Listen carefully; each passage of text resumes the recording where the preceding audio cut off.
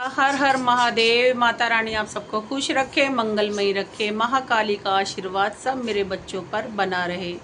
काफ़ी महीने हो गए हैं मैंने बड़ी वीडियो नहीं डाली है, तो काफ़ी सारे बच्चों के कमेंट्स हैं। बहुत से बच्चे तो जो मेरी पुरानी वीडियो हैं उनको लेके कोई सवाल जवाब है बच्चों के, जिनमें से मैंने एक वीडियो डाली थी कि आप बिगर जानकारी के लौंग का भोग ना दें। उनमें से एक बच्ची का कमेंट्स ये है कि क्यों नहीं दें, क्योंकि मैं काफ़ी समय से माँ दुर्गा की पूजा कर रही हूँ और मैं माँ दुर्गा को काफ़ी समय से लौंग का भोग अर्पण कर रही हूँ। मुझे तो कोई भी परेशानी नहीं हुई है। काफ़ी सारी बातें हैं जो बच्चा कहता है, तो ज़रूरी नहीं है कि अगर आप जानकारी रखते हो और माँ को, अपने इष्ट को, किसी को भोग देते हो तो आप दे सकते हो।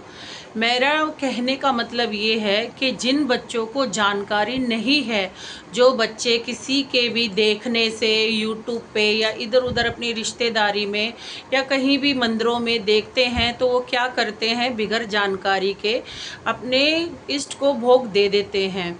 तो मेरा कहने का मतलब सिर्फ उन बच्चों के लिए है जिन बच्चों को ज्ञान नहीं है। अगर आपको ज्ञान है और आप माँ दुर्गा को लौंग का भोग देते हो तो आपको कोई नुकसान हो नहीं सकता। क्यों नहीं हो सकता? क्योंकि आपको जानकारी है। और जिन बच्चों को जानकारी नहीं है, तो मैं उन बच्चों को खास करके कहती हूँ कि आप किसी की बातों में आके लौंग का भोग नहीं देना चाहिए, क्योंकि ज़रूरी नहीं है, हमें जानकारी नहीं है या जिन बच्चों को नहीं है वो क्या करते हैं कि किसी को देखने से माँ को लौंग का भोग अर्पण कर देते हैं। जिनको माँ का या भोग नहीं लगता है लौंग प्रसाद का, वो उन बच्चों क्या करते हैं, उन देवी देवताओं को, उन अपने इष्टों को भी लौंग का भोग दे देते हैं। ज़रूरी नहीं है आप जिनको लौंग का भोग अर्पण कर रहे हो वो शक्तियाँ अकेली नहीं होती हैं। उन शक्तियों के आसपास, उनके चरणों में अच्छी बुरी चीज़ों का सबका वास होता है, क्योंकि वो जगत माता होती हैं। उनके चरणों में अच्छी शक्तियाँ भी विराजमान होती हैं, बुरी शक्तियाँ भी विराजमान होती हैं।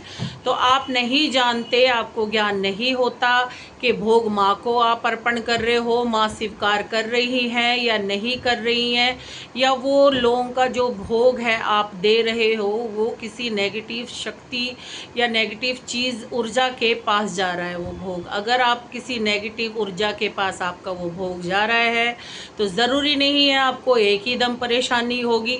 धीरे धीरे आपके परिवार में परेशानी बढ़ सकती है, हो सकती है, घर में कलेश हो सकता है, दुर्घटना हो सकती है छोटी बड़ी, आपको अच्छे बुरे सपने आ सकते हैं। क्योंकि देखो, अगर माँ की आप सेवा कर रहे हो या अपने इष्ट को किसी को भोग दे रहे हो तो कोई भी नेगेटिव चीज़ें आपको नज़र नहीं आएगी। अगर आपने गलती से भी बिगर जानकारी के लौंग का भोग अर्पण कर दिया है, आपको अपने गुरु से आज्ञा नहीं मिली है या आपके गुरु नहीं है, तो आपके साथ क्या होगा, आपका बदन दर्द होने लग जाएगा, आपको बुरे सपने आएंगे, आपके घर में कलेश होएगा, छोटी छोटी चीज़ों में झगड़ा होगा। इन चीज़ों से ये पता चलता है कि भोग गलत जगह जा रहा है या सही जगह जा रहा है। अब बहुत से बच्चे हैं, हम तो सिर्फ अपनी माँ की आज्ञा से, गुरु की आज्ञा से जो हमें ज्ञान है हम बच्चों को बताते हैं। कोई जादू, कोई टोना, किसी चीज़ के बारे में ना मैं जानती हूँ ना मैं बताती हूँ। मैं जैसे सिंपल तरीके से पूजा पाठ करती हूँ, मैं बच्चों को सिर्फ वही कहती हूँ। अगर आपको लगता है कि बिगर जानकारी के भी आप लौंग का भोग किसी को भी दे सकते हो, तो आपको आजमाना है, तो चौराहे पे जाके आप लौंग का भोग दे के आएँ। उसके साथ दिल करे तो पताशे भी दिए आएँ, कुछ मीठा भी दिया है, तो आपको चमत्कार, कहते हैं ना चमत्कार को नमस्कार है, तो आपको तुरंत ही पर्चा पता चल जाएगा कि भूत है, नेगेटिव शक्तियाँ हैं या नहीं है। क्योंकि आप बिगर जानकारी के देते हो तो आपको उसका खामियाजा भुगतना पड़ सकता है। जय माता दी।